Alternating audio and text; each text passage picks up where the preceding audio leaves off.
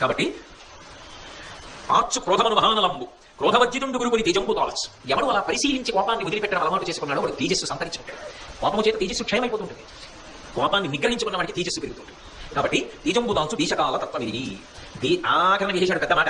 దేశాన్ని, కాలాన్ని, తత్వాన్ని తెలుసుకుని ప్రవర్తించిన నాడు అప్పటికి అది చేతకాని తనలా పట్టకూడనంత ఓర్పులా అనిపించినా ఆ పట్టడం వెనక విజయానికి కావలసిన పెద్ద పునాది వేసుకోవడం అవుతుంది సుమా ద్రౌపది. అది చేతకాక పట్టిన ఓర్పు కింద కాదు సుమా.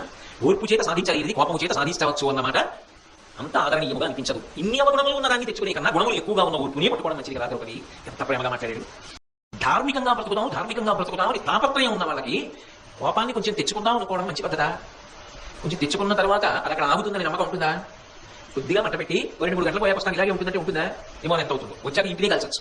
కాబట్టి కొద్దిగా కోపం తెచ్చుకునే ఉపయోగం ఏముంటుంది ద్రౌపది? అది తెచ్చుకోవడానికి దానివల్ల ఉపయోగం ఉండే పని అదేమైనా? ధర్మం పట్టుకుందాం అనుకున్నవాడు కొంచెం కోపం కూడా పట్టుకుందాం అనుకోవడం సాధ్యం అవుతుందా? మంచి పాలు కావాలనుకున్నవాడు అందులో 4 ఉప్పరాలు కూడా వేసి అట్టి పెట్టుకుందాం అనుకోవడం కుదురుతుందా? కాబట్టి కోపానికి లోన్ అవ్వచ్చా? అవ్వకూడదు కదా. అవ్వకుండా ఓర్పు పట్టాలి కదా.